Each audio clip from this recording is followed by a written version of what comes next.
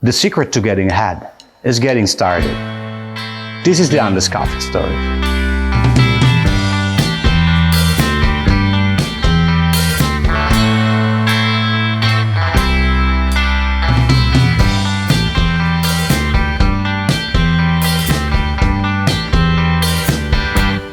Aku tak tahu kemana jalan pikiranku. Ku tak mengerti ke arah mana yang ku pergi. Aku mencari-cari tak pernah ku temui. Aku berseru-seru tak seorang pun mendengarku.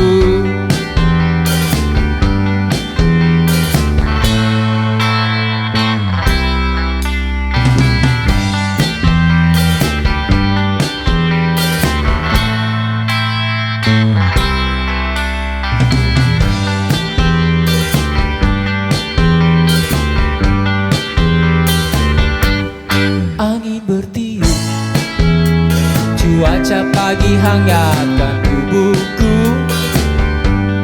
Hari bergulir, namun masih saja tak ku dapati. Aku mencari-cari tak pernah ku temui. Aku berseru-seru tak seorang pun mendengarku.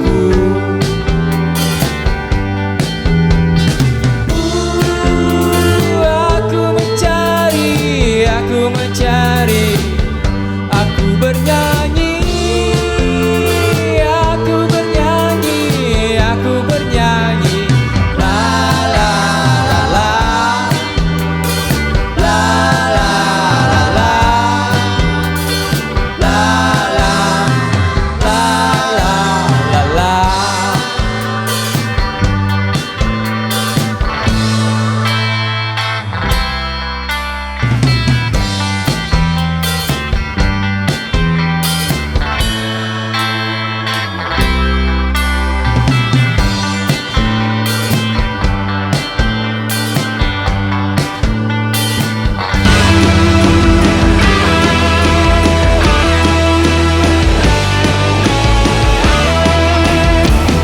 Hello, this is the Blues Traveler, and for this episode, we have one of the cool rock and roll band here from Jakarta, Indonesia. Please welcome the one and only Bangku Taman. Yay! How are you guys? Fine. Gue nyari jadwal kalian setengah mati nyocokinnya. Itu dia. Agak ribet ya, agak ribet. Oh iya, working class boleh lah ya. Iya, working class. Apa kabar nih Bangku Taman? Baik. Yang menarik dari Bangku Taman, gue sama anak-anak tuh termasuk geng indies. Jadi kayak dari pertama gue ngincar lu tuh kayak ngingetin gue sama Stone Roses, that kind of stuff, di Manchester. Reunian lah. Ya reunian, makanya pas gue bikin Hobotalks tuh gue salah satu yang ada di list awal tuh kalian. Cuman ya, thanks God akhirnya kita bisa punya waktu bareng buat interview Bangku Taman. Kemana aja nih Bangku Taman nih? Wah, kemana aja ya? Sebenarnya kita masih ada, cuma emang underground banget pergerakannya. Jadi emang kita berusaha untuk stay di jalur itu. Jadi kayak tetap manggung, tetap berkarya juga, rilis single, rilis album. Bahkan kita kan baru rilis album ketiga kita ya finally. Udah 10 tahun kita rilis album ketiga judulnya Dinamika gitu. Jadi we still there. Yeah, it's been a while since gue denger. Dulu tuh kayak atau memang angkatan kita aja, jadi gue punya fokus sendiri gitu. Selama kayak agak ngilang Bangku Taman, terus last time gue ketemu Acung personally, gue balik dari US gue ketemu, terus gue bilang kayak kenal siapa. Wah anjir lah pada di sini kata gue sesama rock and roll revival. 10 tahun Jum. 10 tahun tuh. What took you so long untuk bikin materi? Ya sebenarnya bisa ditanya juga ke beberapa band angkatan kita ya. Jadi band angkatan kita kayak misalnya Brandals juga baru 10 tahun ini kan. Jadi mostly emang band seumuran kita tuh kayak memang perjuangan banget nih untuk bisa akhirnya bisa eksis lagi dan bisa berkarya lagi gitu, dan emang banyak dinamikanya di situ, ada banyak rocky momennya gitu. Dan yaitu di luar kita kerja masing-masing coba berusaha ini sendiri-sendiri gitu. dan emang kayak nyatuin soulnya kita setelah 10 tahun kemarin itu emang rada sulit ya gitu. Jadi kayak kita maunya apa nih setelah 10 tahun, kita bikin. Kita juga sempat bikin demo juga di during 10 tahun itu, cuma emang wah ini nggak works nih gini, karena nggak sesuai sama apa ya, our current situation gitu kan. Malah kalian tuh selama 10 tahun tuh tetap terus berkarya. Tetep. Cuman ngerasa kayak materinya kayaknya belum pas. Ya karena dari 2010 kita rilis Udah Buat Kota, kita habiskan beberapa tahun buat tour segala macam, promotion segala macam, sampai akhirnya di 5 tahun kemarin itu kita sempet rilis EP ya, mini album ya, judulnya Relax. Itu coba shifting juga beberapa musical kita. Terus kita juga sempet ditinggal gitaris kita juga gitu kan, which is tadinya kita berempat. Jadi kayak ditinggal juga, emang ininya kita bertiga ya, dari dulu kan bertiga. Gaji berlima jadi bertiga. Itu dia. Jadi kayak ada banyak rocky moment yang gue sebut tadi. Jadi sampai akhirnya kita kayak ya udah nih, akhirnya kita coba berusaha lagi, akhirnya ketemu deh gitu. Iya gue ngerasain sih mungkin untuk band-band kayak kita seumuran ya 2002, 2003 tuh. Dari bujangan, urakan, tiba-tiba transisi. We've been there. Band gue kayak tiba-tiba udah pada kawin kan, terus kayak gitu. udahannya bareng juga. Jadi bujangan lagi kayak anjir, main band tuh emang buat Hobotalks Saudi, main band tuh bukan cuma sekedar on stage. Off stage itu nentuin banget pertemanannya, chemistry dan lain-lain. Ya yang gue baru tahu ternyata kalian memang selama 10 itu thanks God juga komunikasi tetap berjalan baik. Tetap berjalan dengan baik. Oke, terus akhirnya memutuskan berani nih dengan materi yang baru nih. Setelah 10 tahun nih gimana, Cuk? Well, itu guts juga sih buat akhirnya kita mau shifting kayak, karena buat kita tuh Udah Buat Kota, album kedua kita tuh udah kayak pencapaian tertinggi ya menurut kita gitu, kayak kita diulas di beberapa media bagus juga gitu. We've been on top 1 dari 20 album terbaik Rolling Stone malah gitu kan. Terus kayak wah, ada perasaan kayak ini juga, kayak takut juga nih album, kalau kita bikin album ketiga nih bisa sebagus Udah Buat Kota kayak gitu. Ada pressure itu itu. Jadi kayak akhirnya kita berani aja, ya udah cuek aja lah kita bikin apa yang kita suka aja. Pada saat itu emang during that time kita coba kontemplasi segala macam, bikin memang ternyata kuncinya adalah kita shifting aja sekalian gitu. Ini oke juga. Gue baru denger tadi sebelum jalan, anak-anak gue dengerin semua. Betul. Gue kaget in a good way kayak holy. Gue bilang kayak ini ada anak-anak nih kayak dengerin ada The Doors, ada Jet Row tuh, materi-materi yang karena image-nya tuh kalian tuh udah topi pancing banget. Maksud gue kayak lu rumah sakit kalau di Bandung kayak anak-anak pure. Gue udah mikirnya kayak wah ini Manchester. Sampai tadi director gue bilang, tuh hari ini lu pakai parka nggak? Pas gue denger materinya kagak ada parka-parkaan. Gue bilang udah sampai kayak gitu. Terus akhirnya ya lu bilang tadi mengambil langkah untuk it's okay, bikin musik yang kalian pengen. Yang tadi gue denger yang instrumental tuh, sorry apa judulnya? Dinamika. Terus instrumental lagi. Coba kasih gue story soal itu. Sebenarnya kayak itu justru ini bukan shifting, ini change aja kayak. Itu sebenarnya dinamika menarik. Itu sebenarnya kayak sesi latihan kita yang nggak kita tadinya emang nggak pengen kita jadiin single gitu. Jadi kayak tadinya kita main-main aja di jamming ya gitu. Kita sebenarnya band-band jamming gitu, proses berkaryanya gitu. Kayak jamming, bukannya kayak anak sekarang kirim-kiriman materi apa segala macam. WFH. We started from jamming gitu kan, gue masuk segala masuk. Kok jadi ngejazz ya gitu. Ya udahlah, seburu teuing, udah langsung aja gini-gini. Akhirnya direkam segala macam dengan proper. Produser kita waktu itu si Panji Dharma, dia suka. Udah nih aja. Jadiin single, serius loh. Udah keren. Ya udahlah.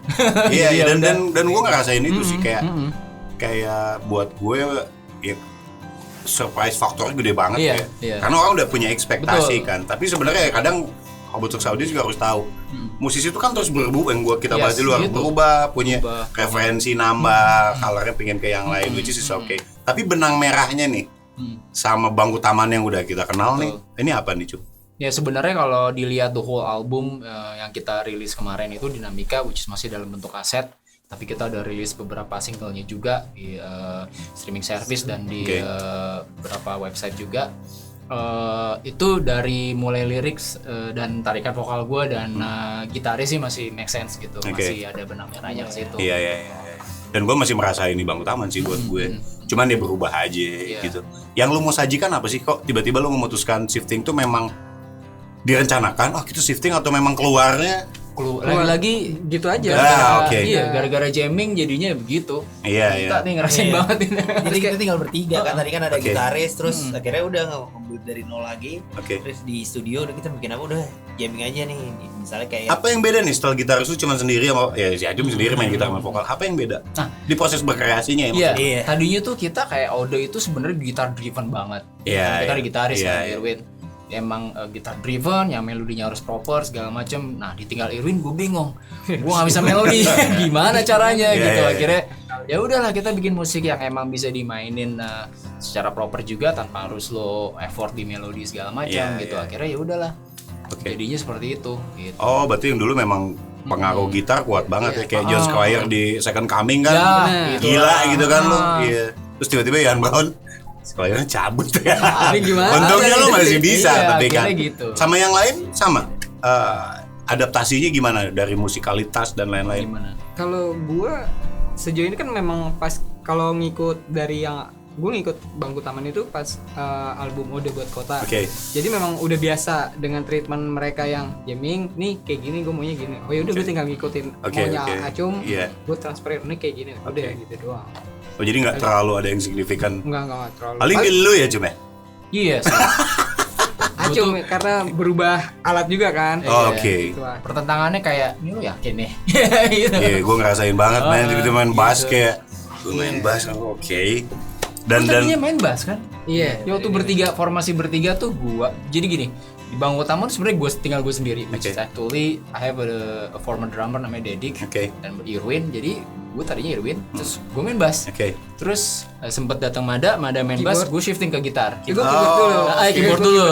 Lu pun sama ada dilacurin dulu nih bersama-sama lu. Gue sebenarnya sama gitu. Jadi yang gue shifting gue dari gitar ke bass aja butuh. Wah gila sih, ya. I feel you man. Iya susah banget. Iya gitulah. Iya. Dan itu juga secara langsung atau tidak langsung, kalau vokalis, kalau gue nggak tahu lu, ngerubah nggak sih sama gaya bernyanyi lu? Berubah nggak sih? Agak berubah sih. Jadi lebih ke waktu gue main on stage sih jadinya. Jadi kalau dulu di Odo itu kan atmosfernya tuh lebih chanting gitu. Jadi kayak gue pengen orang tuh nyanyi bareng segala macam bla bla bla. Tapi ketika kita pertama kali showcasing this album ke penonton gitu waktu itu, ya kita pengennya penonton emang you sit down gitu, let me play for you dan lo dengerin aja vibe-nya seperti apa gitu.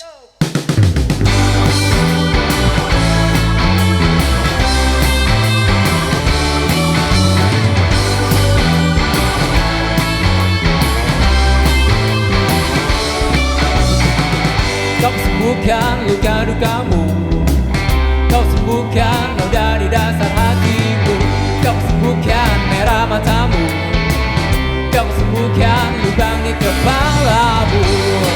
Oh yeah, oh yeah, oh yeah, oh yeah, oh yeah, oh yeah, kau sembuhkan semua kelamu, kau sembuhkan keluh kesahmu. Oh yeah, kau sembuhkan suram wajahmu, kau sembuhkan ruang merah hatimu. Oh yeah, oh yeah, oh yeah, oh yeah, oh yeah, oh yeah,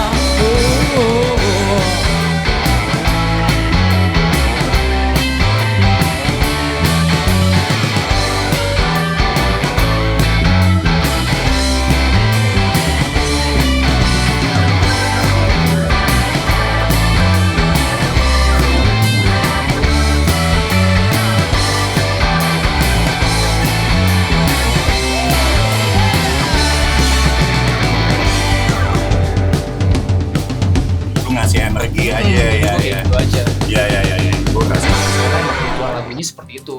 Betul. Ya, mungkin di album ini juga nggak tahu, mungkin album berikutnya lu main yang lain kali ya. I don't know. Nggak deh. Bisa jadi. Kalau gue denger ceritanya gini ada kemungkinan lu main yang lain nih. Maybe. Tiba-tiba jadi George Bisa Harrison. jadi. Oke, itu buat materi baru nih. Nih gue menarik bahas journey lu di luar nih. Yes. Beberapa lagu lu dirilis sama label luar. Boleh cerita sedikit nggak? Oke, itu terjadi di masa-masa waktu kita rilis after rilis Udah Buat Kota ya. Oke. Jadi waktu itu kita rilis, terus ternyata banyak direken sama beberapa label luar through Facebook dan through pertemanan juga gitu. Dulu belum ada Instagram kalau nggak salah, jadi lewat Facebook, bahkan belum ada. Jadi dulu masih MySpace ya. Iya. Itu dari situ ada label yang tertarik segala macam, kita ikutan satu kompilasi di Nebraska, kompilasi indie juga. Terus kita juga ada dirilis sama February Records itu di Connecticut waktu itu. Kita rilis EP di sana, sama dari Peru juga ngerilis EP. Jadi bener-bener kayak lu tebar jaring di MySpace era itu. Karena mereka pada suka. Tapi era itu emang banyak banget ya. Betul. Iya, orang lagi concern jaringan di situ. tuh menarik banget gitu lah. Khususnya gitu. Jadi ya gue nggak tahu polanya tuh kalau kita udah rilis di luar, yang satu tuh kayaknya notice gitu. Oh ini ada band bagus, dirilis lah di sana, di sini segala macam gitu. Apa yang berasa nih ketika lu dirilis di luar? Ada impact nggak ke si Bangku Taman langsung? Impact itu sebenarnya ada 1-2 yang pengen kita main di sana gitu. Kayak waktu itu ada Nebraska Pop Festival, waktu itu kita gimana lu main di sini nggak? Waduh, soalnya gue tanggung segala macam, cuma ya transportnya gimana gitu kita belum tahu saat itu, jadi itu. Itu tahun berapa tuh, Cuk? Itu tahun berapa ya? 2011. Oke, itu ya 2009 sampai 2011-an. And then kalian akhirnya yang gue tahu main di Bay Beach ya? Iya, satu-satunya negara yang kita main itu outside Indonesia is Bay Beach di Indonesia, di Singapura. Itu gimana tuh ceritanya bisa di situ? Nah, itu mereka memang tiap tahunnya selalu mencari katalog untuk band-band Indonesia buat masuk ke sana gitu kan. Ya, sebelum kita juga ada banyak yang main di sana, termasuk Moka dan lain sebagainya. Terus di tahun 2011 ya, kita dua kali ya main di sana. Jadi kalau nggak salah di sini ada promotornya, gue nggak tahu antara Felix atau Satria kalau nggak salah. Jadi dia bawa kita untuk ke sana, di assessment dulu di sana. Ketika dikurasi, kita lolos kurasi, kita main di sana. 2 kali malah lu main di sana. Mainnya. 2 hari. 2 hari. Oke. Terus gimana di sana menurut lu? What's the differences between lu main di sini sama yang di jelas, Singapura yang lu rasain? Yang jelas persiapannya itu keren banget, maksud gua. Production ya begitu lo landing di sana lo deserve abis. Betul. Sama LO segala macem bla bla bla. They respect you as an artist gitu ya. Terus kayak waktu itu kita udah mulai belajar bikin riders bikin riders segala macem. Bahkan kita kesana nggak bawa alat sama sekali. Jadi di bass lo pakai apa? Segala macem. Gue bass ini disediain semua, ampli, bass segala macam. Yang lu pengen. Gue udah angkat tangan dari Singapura, keren banget udah. Itu dan penontonnya juga very welcome banget, appreciate banget di kita. Maksud gue mereka nggak terlalu musik kita ya. Iya. Gue juga nggak nyangka kan pas abis selesai main kan itu yang tiba-tiba langsung pada beli segala macam. All merchandise, our t-shirt segala macam. Sudah. Pokoknya kita bawa duit banyak banget. Iya, gue inget banget. Kayak gue juga kaget gitu kayak kalau di sini kan. Sorry, tapi somehow orang kadang suka gratis gitu kan. Pernah gue kayak buat lu fotonya pakai ini gratis tuh bingung. For free dibilang kayak karena biasanya bayar, ngerti nggak sih lo? Itu gue juga rasain, setuju atau tidak sih. Memang band-band luar tuh mereka hidup dari fans ya, mereka beli merchandise, beli rilisan fisik dan lain-lain. Ya mudah-mudahan sih salah satunya juga ngebuka mata Hobotalks audience untuk appreciate seni. Jangan kapan album beli kagak. Gue suka nanya kan, albumnya kapan bang? Apa lu terakhir beli album gue? Gitu kan. Terus ada di digitalnya enggak? Iya benar. Digitalnya kita nggak dapet apa-apa, men, susah. Mau harus stream berapa banyak baru bisa dapet. Sekarang lu rilis fisik aja nih? Only di kaset untuk sementara for a while. Nantinya si album Dinamika itu kita kan rilis di Lamuna ya. Jadi belinya bisa di toko-toko lah gitu di Lamuna, bisa di website juga bisa. Terus kita abis ini mau rilis CD dulu. Nah, CD abis itu mau rilis vinyl. Abis itu during that time kita mau tour sebenarnya. Oke. Back to the old school way ya. Way. Ada pitchingan nggak mau kemana aja nih, Cup? Mana tahu pada pengen penasaran nih, pengen kita nonton start Bangku small Taman. dulu sih, pengennya menyapa fans di Jawa dulu lah. Berarti keliling Jawa dulu ya. When? Rencananya kapan? hopefully on bisa as soon-nya tuh March or April gitu. Q2 lah ya. Q2 lah ya. Oke, Maret nih banyak band angkatan kita bakal keliling-keliling nih kayaknya. Habis, Nggak tahu somehow band-band sekarang tuh semakin mereka naik pada nyariin yang tuaan gitu ya kan, kayak pada gue kaget juga kayak kemarin gue liat lu main di mana satu tempat di Jakarta tuh di Instagram, gue liat kayak wah bener nih kayaknya udah mulai pada naik lagi. Before lu gue ketemu si Gugun dan lain-lain kayak anak-anak sekarang ternyata karena akses informasi kali ya. Itu ada bedanya nggak sih lu yang kita yang besar di angkatan band kita yang lahir 2000-an which is anak 90-an sama sekarang yang millennials yang semua tersaji gampang di HP gitu. Ada perbedaan nggak lu buat nge-treat band lu ya? Gimana tuh, Tak? Kayak tadi apa menjadi gue malah jadi milih old school lagi Tir, mau kaset. Ya lebih ke apa yang gue rasa perbedaan sekarang mungkin lebih ke appreciation-nya sih. Gue belum nemuin sebuah apresiasi yang utuh gitu. Kalau dulu kan emang utuh banget ya, di kaset, lo nonton manggungnya, lo beli merchandise segala macam gitu. Ketemu langsung ditungguin. Kalau sekarang kayaknya nggak sebegitunya meskipun ada, cuma levelnya tuh nggak terlalu. Actually we miss that kind of vibe ya, kayak ditungguin kayak bang mau lihat kaset dong, gitu. Legalisir gitu kan, kayak gitu-gitu. Itunya sih. Iya, gue juga melihat sih memang ada lebih kurangnya ya, karena semua arus informasi lebih cepat kali ya. Gue inget zaman Saparua dulu di Bandung, gue pakai Dr. Martens, masih dengerin The Clash gitu, gue pasang lamar underground gitu. Pas gue ke UK, trap lambang Subway man, kayak karena referensi nggak ada, gue langsung kayak anjir lamar stasiun, gue bilang. Karena dulu referensi susah banget ya nggak sih Cung, kayak teman gue yang harus keluar negeri, orang tuanya kaya, majalahnya diputer sampai dianya nggak tahu majalahnya di mana gitu. Dulu haus banget gitu. Banget. Jadi everyone wanna get there, misalkan ke Saparua, gue harus setiap minggu harus ke Saparua karena ada kegiatan, harus ada keren-kerennya di sana. Iya, gitu. terus semua lu duplikasi kayak wah lihat setelannya. Kalau gue I feel that sekarang tuh semua lebih picky gitu ya. Iya benar. Karena semua udah tersedia. Tersajinya gitu, cepat, kayak, gampang. Gue picky deh. Malam minggu mau kemana? Gue nggak tahu deh. Pada banyak nih. Gitu. Iya. Gitulah. Gue inget di Bandung ya kayak itu kayak lu pakai kaos Brian Jones. Iya. Ditanya kagak ngerti itu diambil kaosnya. Kaosnya diambil. Lu pakai segitu ya kan? Iya. Lu Bob Dylan yang mana lu dengerin? Mau udah diambil udah kayak. Kalau di Bandung ya gue tahu kayak band-band yang eksklusif banget kayak Homicide tuh masih image-nya kayak kalau orang udah pakai kaos Homicide, lu nggak tahu lagu Homicide itu jangan berani masih ditanyain. Anak sekarang kan kayak bebas. Iya, gue mau pakai Metallica mainin K-pop terserah mereka gitu kan. Dan nggak salah juga sih. Cuman gue kan cerita aja zaman gue yang kayak gitu tuh matters gitu. Kayak head to toe ditanya. What you wear is you have to know the meaning ya. Exactly. Gue tanya angkatannya Ju Project P. Dia kan dulu era Rolling Stones, Beatles. Katanya kalau pakai sepatu kulit balik sama enggak tuh nunjukin fansnya Beatles sama Stones. Mengkilat tuh lu berarti Beatles. Kalau kulit balik gini udah pasti Rolling Stones. Dan itu bisa pukul-pukulan kan. Jadi kayak ya lebih too much. Cuman ya kayak maksud gua kayak orang tuh bener-bener make itu apa yang mereka ngerti, mereka tahu. Oke, what's next, Cum? Kalau what's next-nya yaitu kita mau coba bikin strategi buat tour. Itu hopefully sebenarnya kita will be great kalau kita bisa ngajak 1-2 band ya. Tour kita gitu. Dan nggak tahu mungkin abis tour ya udah pasti masuk rekaman lagi gitu like band-band yang pada umumnya gitu. Kembali kepada hitohnya ya. Manggung bikin lagu. Tapi journey-nya masih agak panjang karena tahun ini kita coba mau sounding dinamika vibe dulu ke fans gitu, teman. Oke, harapan lu dengan musik lu yang baru nih ke pendengar lu yang lama ada nggak, Cuk?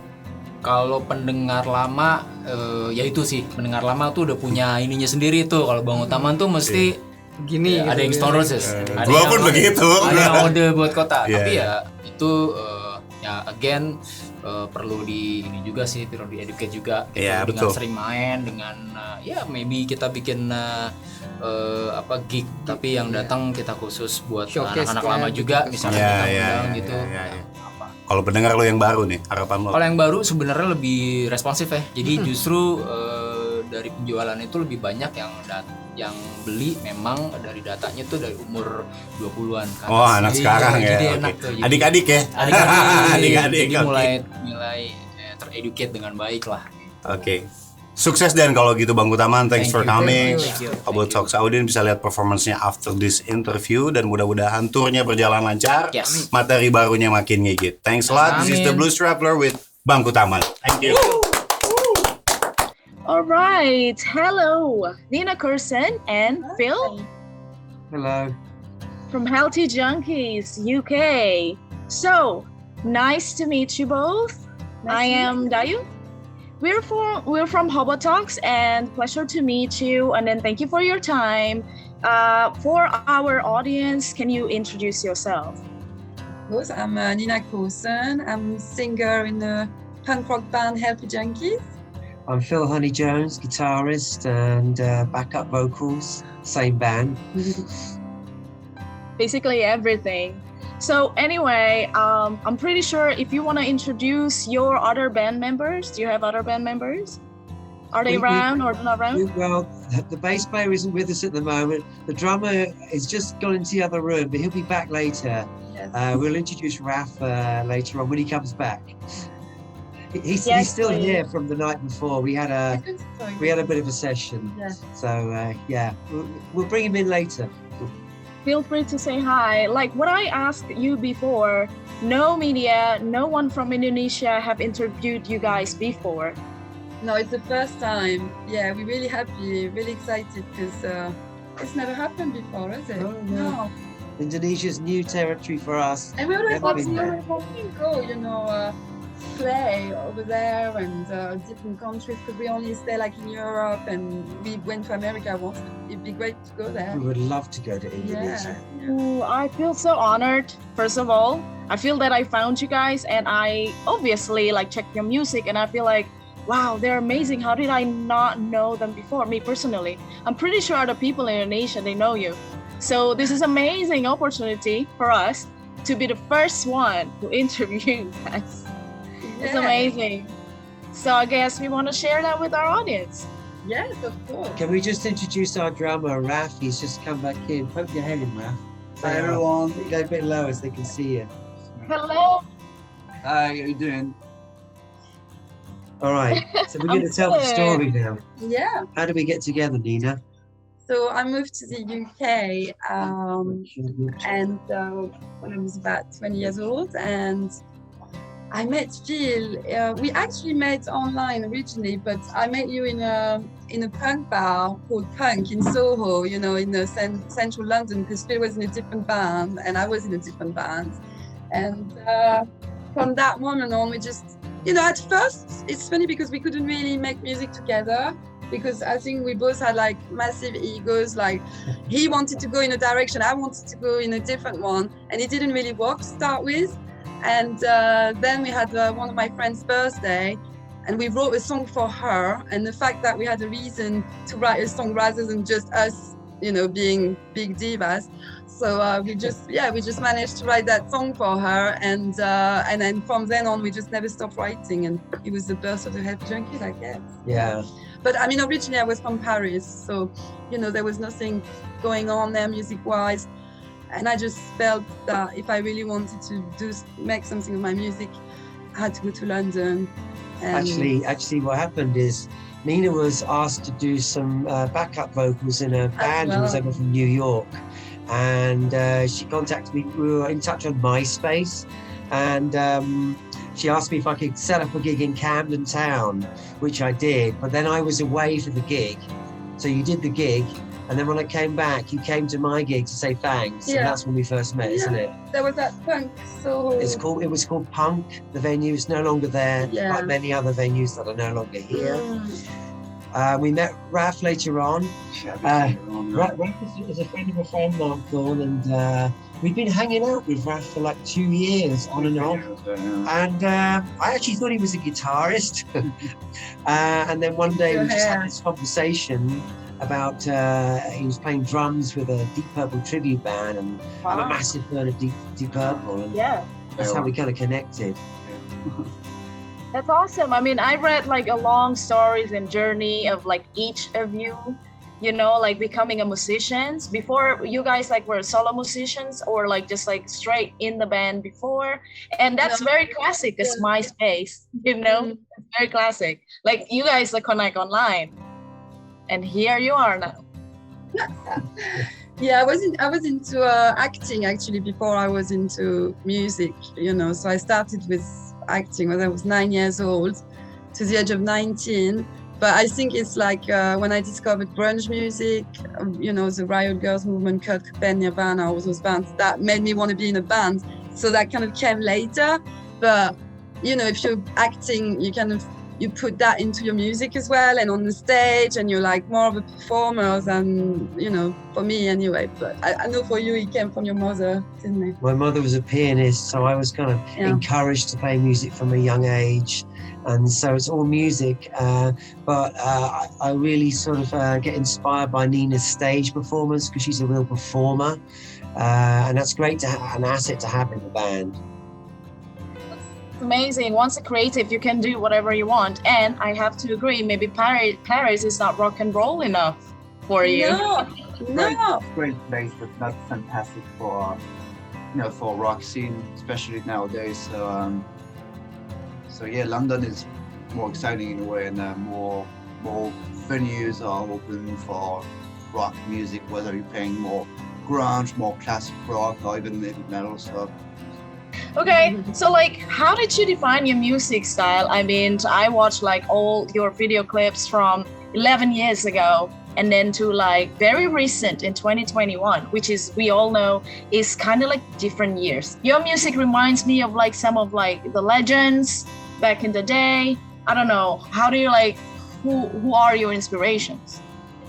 I mean, I guess we've got quite old school inspiration, I would say. I mean, for me, like I said, it's like the whole grunge, Kurt Cobain and Riot Girls as well. But I also like a little bit of glam and a little bit of pop as well. So it's a whole mixture of things. And it's really difficult when I get asked the question, what kind of music is it? Because to me, it's a whole mixture, really. I can't really put a name on it because you have different influences as well. So yeah, I mean, and it's also like we were both Nina's parents had a lot of rock albums, The Doors, or whatever, and my older brothers and sisters, there was lots of records lying around and glam rock, punk, and so we kind of got influenced by all those things. And our music is really kind of a mixture. It's like punk rock, grunge, psychedelic, some goth undertones, depending on the song, garage rock. We, you know, there's some newer bands as well that we get inspired by. Some of the Australian kind of psychedelic garage music,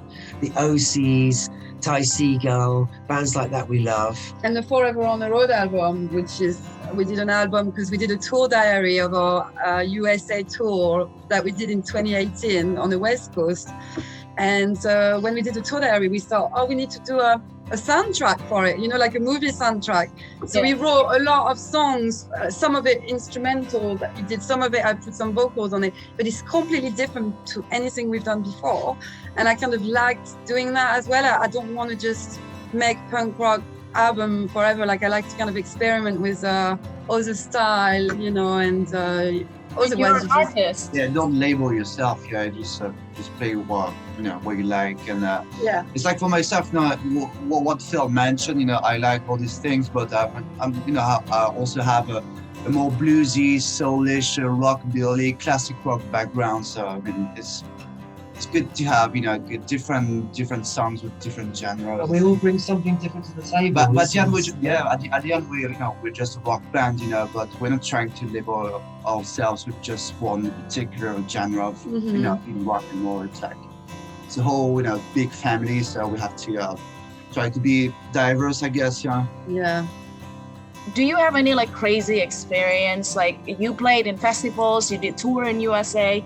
Any crazy experience, each of you, that you want to share? Yeah, before we answer the question, I just wanted to say I heard about the punk scene in Indonesia. I've been told that it's really vibrant over there, you know, which is why I'd love to go and play there, like that's for sure, you know. But to answer the question, we had like crazy experience probably in Olympia on the west coast of America. We met some crazy teenagers because we were doing like an under 18 show, and they came to gig and they moshed like crazy. They had like bones broken and everything. I never saw that in my life. Seriously, I mean, they didn't care. They were just so happy. They were all homeless, living in this car park in tents, and they were kind of outside the gigs, so full of colourful characters, and so happy to see us and meet us, and the energy that they produced. And one girl fractured her wrist and another's arm, but they didn't care. They were just happy to be there.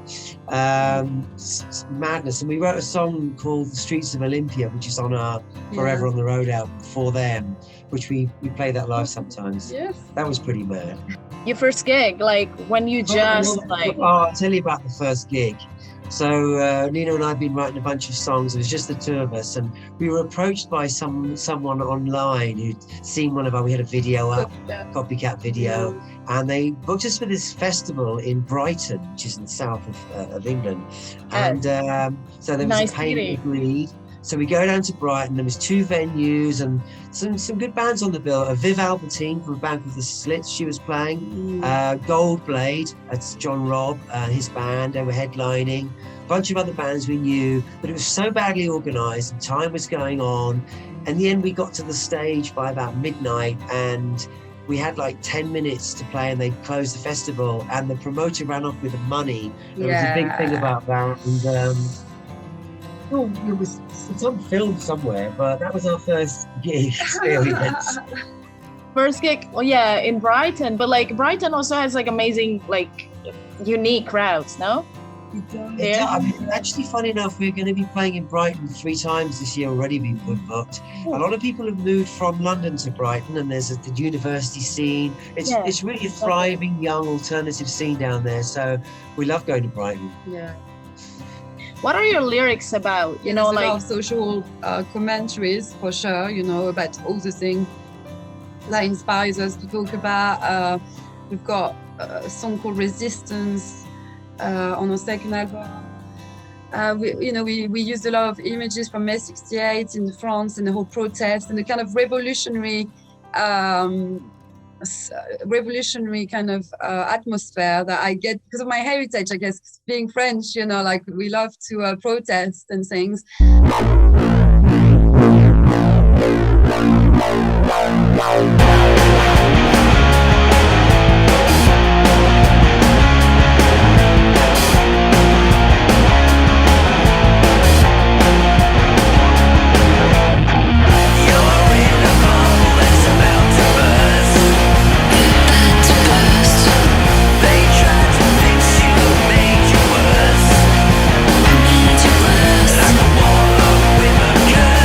a warlock with a gun.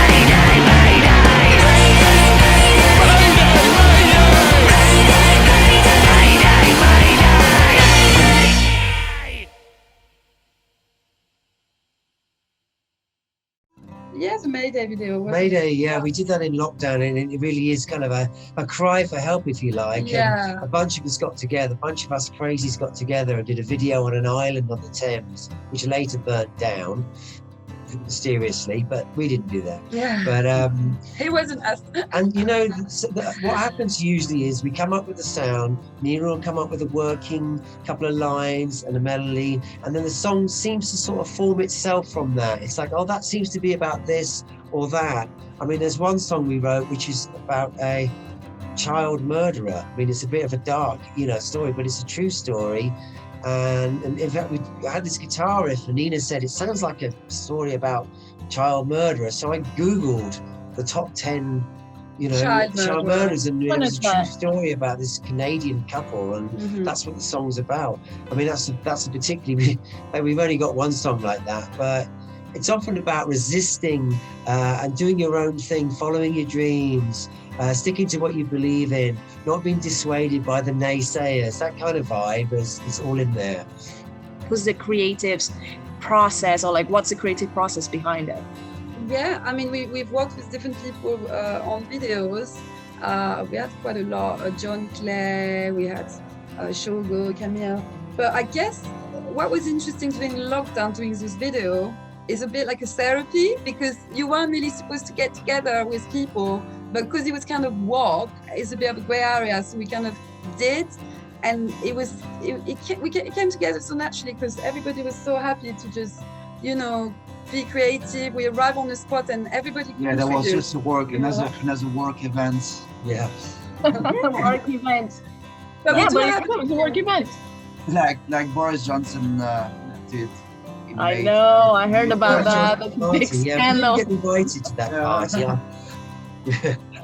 We work with different people, and we never really. It's always low budget, and it's always about sharing ideas with whoever's filming it and us, and finding a location, and dressing up a bit, and just trying to make it interesting for ourselves and the viewer. So yes, please share with us if there is any Indonesian bands that would like to join the community. How do they reach you? So you can reach us on Tufner Rock Tower, which is the official event page, basically, where we do all our events. So there's a Facebook, facebook.com/Tufner Rock Tower. There's also an Instagram, Tufner Rock Tower as well, all together. And you can also reach us on the band page, Healthy Junkies, Facebook, Instagram, same thing, Twitter. Yeah, and you were there, really. Yeah. We also have a website, actually, that you... www.healthyjunkies.co.uk. If you Google Healthy Junkies, there's you can find us easily. Yeah. That's amazing. So I want to talk about your next project now. Yeah, we have a new single and a new video coming out for a song called Cry of the Wolf. It's going to be on our next album. So we're kind of working on the next album as well. I'm not sure when it's coming out yet. And we have a tour coming up in March called The Lips Can Kill. And it's basically we're playing with 3 other bands. It's 3 other female fronted bands. And that's why we called it The Lips Can Kill. I love female fronted band. Yeah. So, a bit subjective, sorry. Yeah, I mean, the poster for the Lips Can Kill tour is a picture of the 4 girl singers.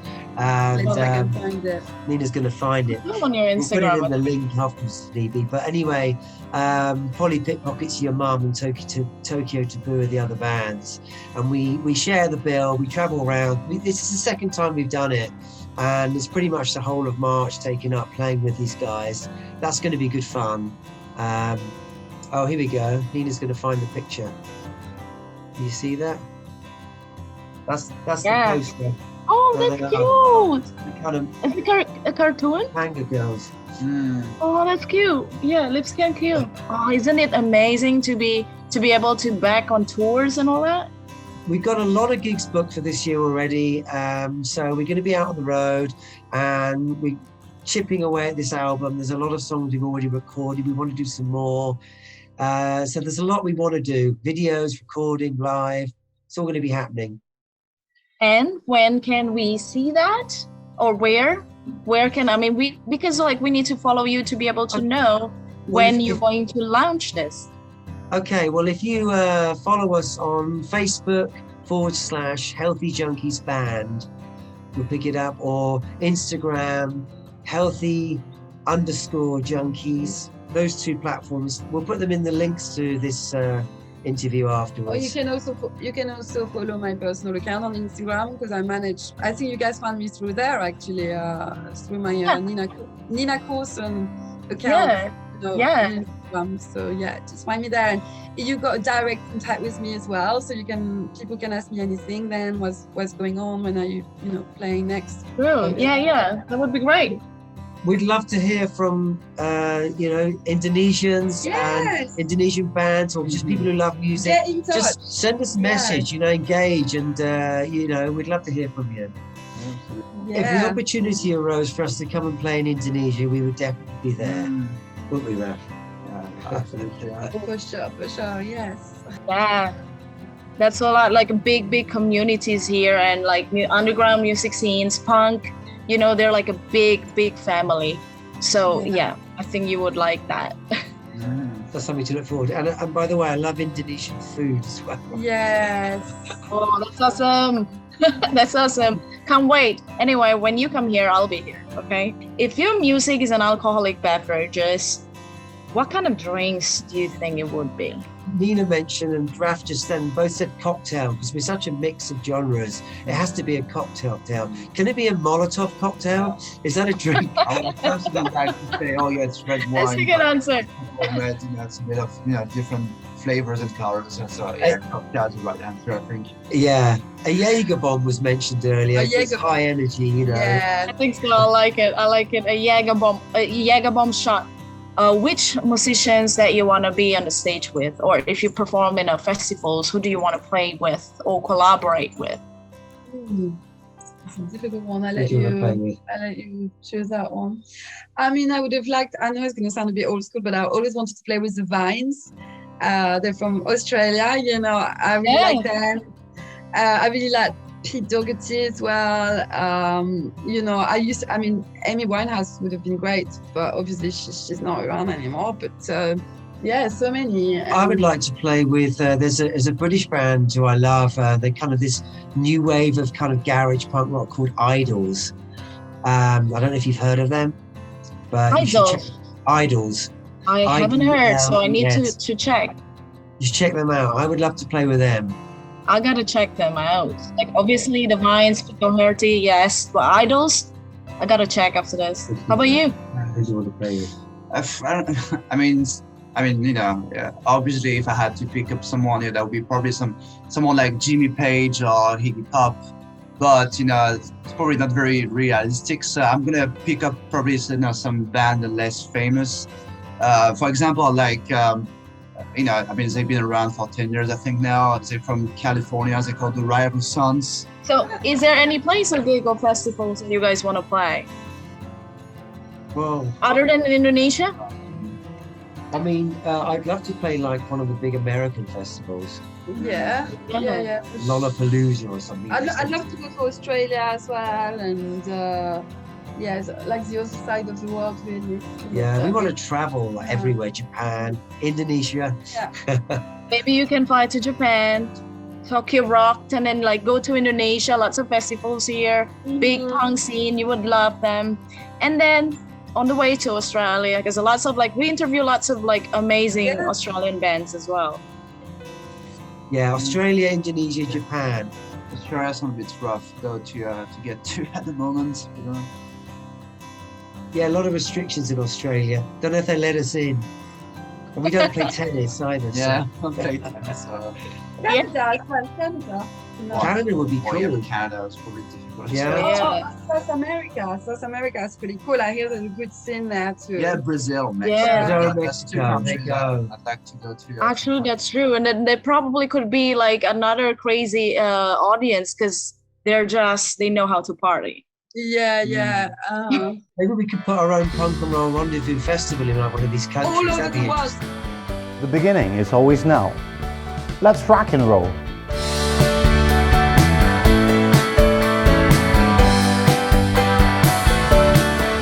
Well, when you're sitting there in your silk upholstered chair, talking to some rich folk that you know.